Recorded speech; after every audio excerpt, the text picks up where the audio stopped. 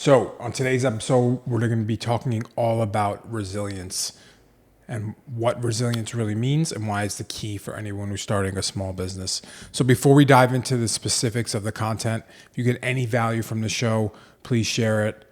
Give us a comment, give us a follow. We're trying to grow the show. My goal is really to help anyone who's looking to start a service-based business or looking to scale a service-based business. And the reason is really, I think small business is the backbone of this country, and we need more small business owners who are successful and understand what it takes to be a successful small business owner. Without it, this thing collapses. So I'm trying to spread as much knowledge as possible, and I'm asking you to do the same. So thanks for that.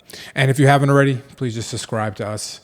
We're trying to put out a lot of content as we grow the show. What we're going to talk about specifically today really is what is resilience. And there's a couple definitions there, and I'm going to talk about a lot of my stories and what that means. But the first thing I want to kind of bring up is a book I read called Mindset. And if you haven't read this book, I would say to go read it. It's very dry, it's very long, but it has solid quality information in it.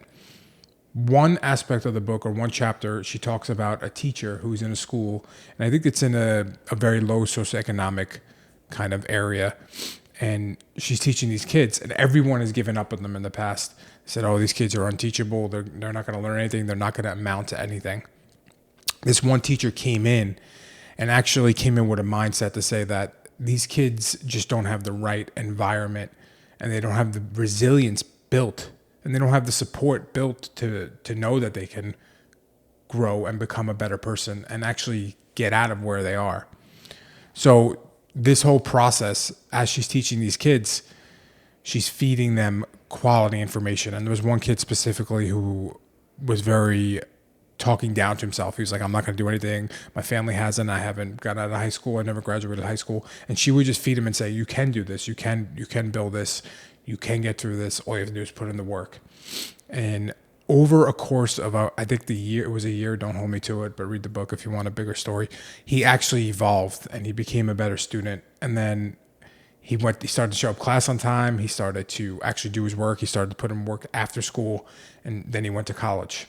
So I say that story now because the reality is it's all in your mindset, and you can build resiliency throughout your life. And you just have to be, one, know that it's possible, and then two, just take action on it. That's the reality of resiliency. So to bring this back to why I wanted to talk about resilience, I really reflect on my life, and I want to kind of bring stories into the aspect of what happened as I started my career and really built my businesses. And there is one common thing, and the one common thing is the never give up mentality, and then seeing adversity as an opportunity to grow. So specifically for me, when I was in high school, I tore my ACL, and I've said this story before, playing 2-in touch of my senior year. You know, this was after my regular football career. Playing 2-in touch, I put my foot into the ground, I turned real quick, and I heard a pop and tore a ligament in my knee. From that moment on, I remember saying, shit, my career's done. I don't know what I'm going to do going forward in my life. And I remember going to my PT after surgery, right? Came out of surgery. Well, let's start with that. Came out of surgery, and the surgeon was like, oh, looks good. That's all they give you. I went to PT. They really were able to bring me from a fear-based state to a state of actually performing again, and I was able to play football in college. But I bring that story up because that was a defining moment in my life where I flipped the switch in my head to say, hey, I want to be a PT. So having that goal in mind allowed me to really walk a path that I carved myself, but knowing that I wanted to get to that end mission, everything else was they were just roadblocks that I had to get over. Now, that's what it takes. And I bring that story up again because you have to be so focused on where you want to go that everything else that comes is just a part of the journey. Because if you're not focused and something else can take you off of that, then you're really not fully committed. That's the reality of it. So that was my high school journey. I flipped that switch and I said, I'm going to go and become a PT. And I knew right from that moment that, hey, this is going to be a 7-year journey. It's going to take a lot of time, a lot of effort, and I'm going to have to take a lot of bullshit. But I knew I wanted to do it. I remember next step for me was I went to college. So after high school, Knew I wanted to be a PT. Went to college. There's a couple things with my college that I thought was great. Like the first thing they said was like, hey, if you come to this college, you can have 3 years of this college and then 3 years of grad school. It's called a joint degree program.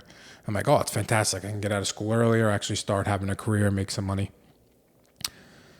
Little did I know that joint degree program actually didn't exist.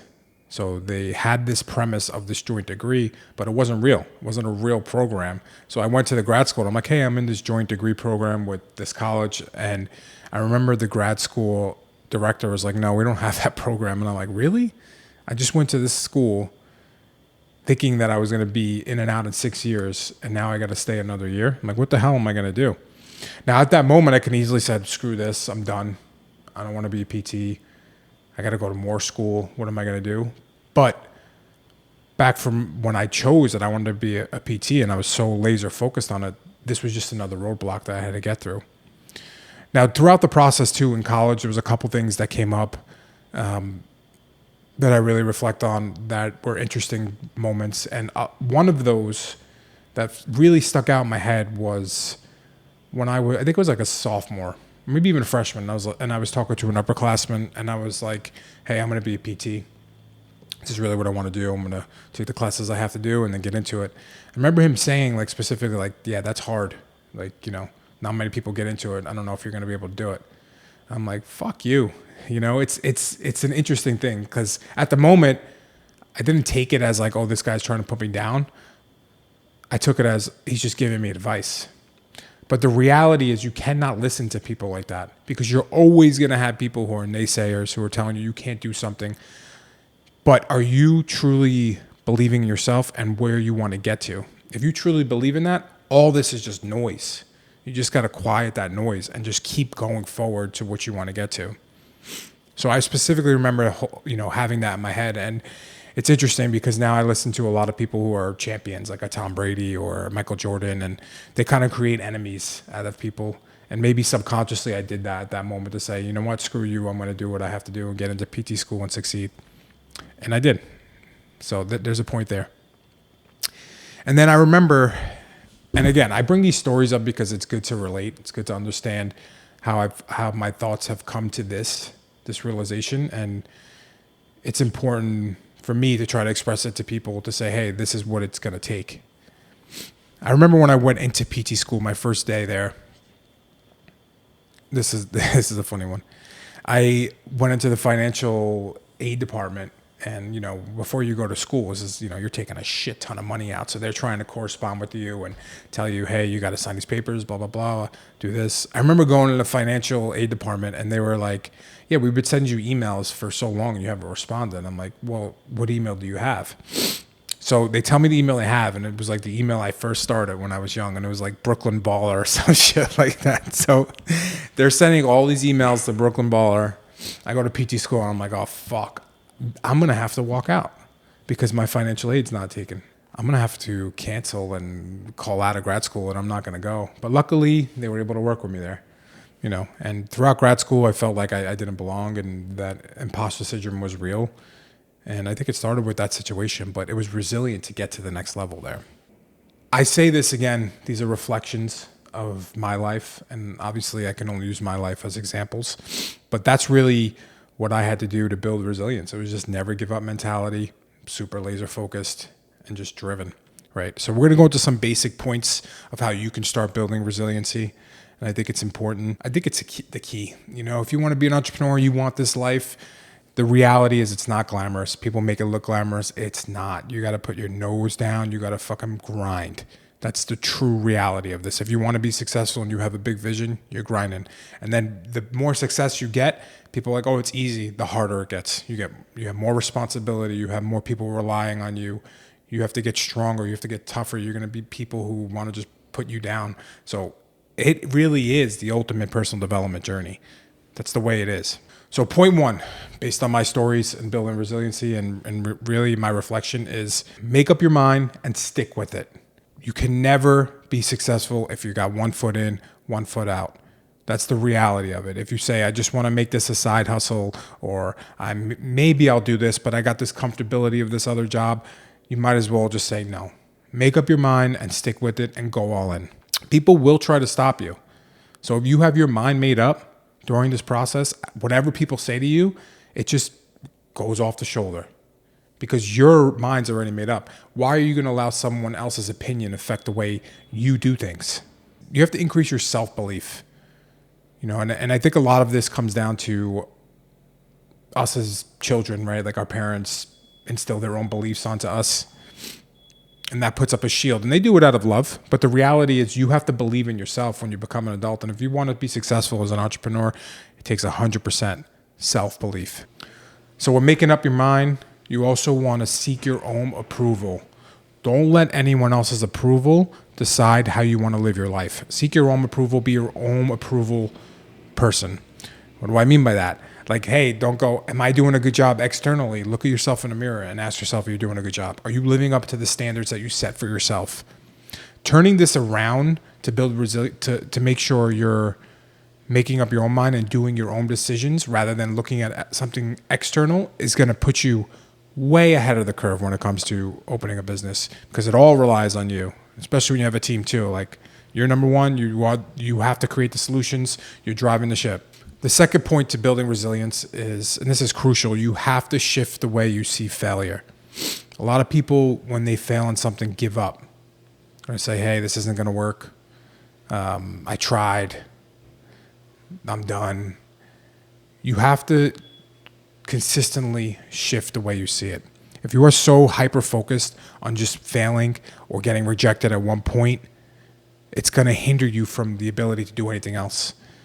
I've been doing this long enough to know that you are going to fail. You are going to have to pivot. It's a part of the process. The quicker you're able to accept that and shift your mindset to say, hey, failure is a part of this rather than failure is debilitating, you will be miles ahead. And in my career, I've seen a ton of people who have hit that first barrier of failure and given up back to comfortability. So that goes back to the point of saying, do you know what you want? Do you even know what you want? If you don't know what you want, you might as well not do it. You got to be so straightforward on what you want. You got to have conviction on what you want that nothing else is going to get in your way. And that's really how you create your reality there. And that's how you build that resilience. So a couple basic summarization points. Go all in. Don't tiptoe around, hey, I want to try this, I want to do this. If you really are committed and this is the lifestyle you want and you want to do this, go all in. Burn the ships, as they say. And the reason, if you haven't heard that quote, it was from an army general. He said, we're going to cross this river. When we get to the other side of the river, we're going to burn the ship. So there's no way back. That's the mindset it takes to get to the next level. Shift the way you see failure, right? Don't see failure as debilitating. It's going to lock you down. See it as a learning experience so it can get you to the next level. Failure is inevitable. Don't let it hinder you. It's actually good. Failure equals growth. So focus on that. So if you got any value from this, guys, please like, share, comment. Trying to grow the show. We want to help small service-based businesses grow. We want to help people shift their mindset because small business and mindset go hand in hand. Thanks for watching.